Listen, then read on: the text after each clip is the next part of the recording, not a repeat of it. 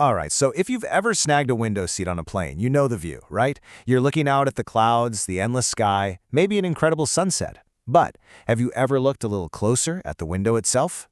I'm talking about that little tiny hole, usually right at the bottom. Come on, you've seen it. It's not a crack, it's not some kind of damage, it's a perfect, deliberate little hole, right there, inches from your face. So you gotta wonder, what is that thing for? What's the big secret? Well, here's why it's so important to know. See, when you're cruising at 35,000 feet, the world outside that window is, well, it's incredibly hostile. One tiny flaw in the design, and things can go very, very wrong.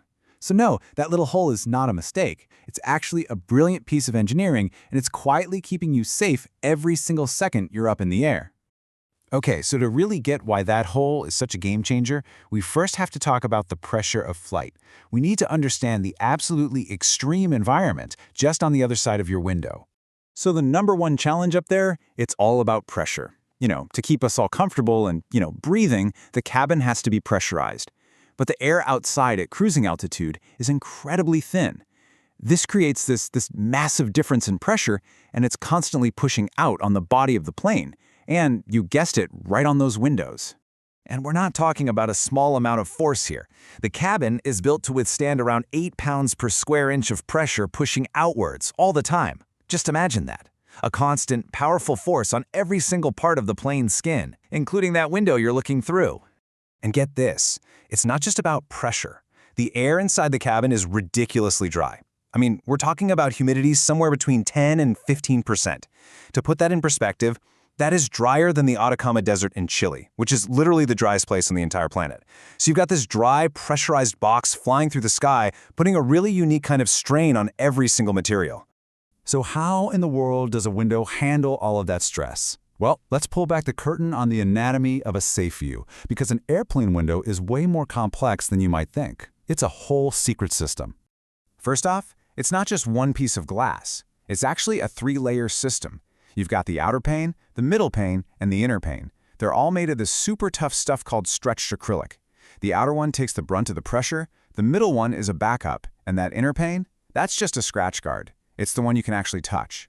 And right there, in that middle pane, that's where you'll find it, our mystery hole. It's officially called a bleed hole or a breather hole, and its whole purpose is to let a little bit of cabin air sneak into the air gap between that middle pane and the outer one. So what does it actually do? Well, this tiny little hole has 2 jobs, and they're both absolutely crucial. First, it regulates air pressure, and second, it keeps your window from fogging up. Okay, here's the genius part. By letting a little bit of that pressurized cabin air into the gap, the bleed hole basically balances things out. It makes sure that the super strong outer pane is the one doing all the heavy lifting, taking almost the entire pressure load. That leaves the middle pane just hanging out, acting as a failsafe, just in case something ever happened to the outer one.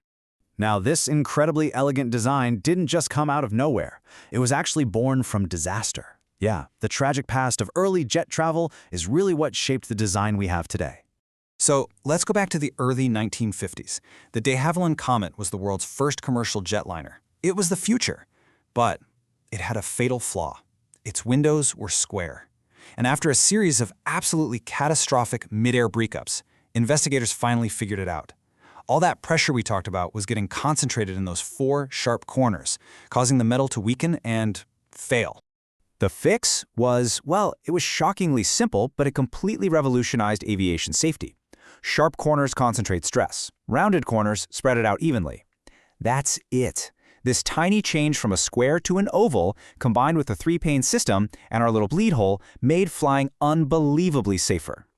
And all of that brings us right back to that tiny hole, engineering's silent guardian. It is the perfect example of the kind of invisible design that keeps us safe without us even knowing it's there. I love this way of putting it. That tiny bleed hole has been keeping passengers safe for decades, and chances are you've probably stared right at it without ever realizing what it was doing for you. It just hits the nail on the head, doesn't it? So next time you see it, remember, it is not a flaw, it's not a crack, it's a silent guardian. And it's just amazing proof that sometimes the absolute smartest solutions are also the smallest. So the next time you're on a plane, take a look at that little hole and give it a little nod of appreciation. And then maybe look around. What other invisible designs will you start to notice, all working together to keep you safe?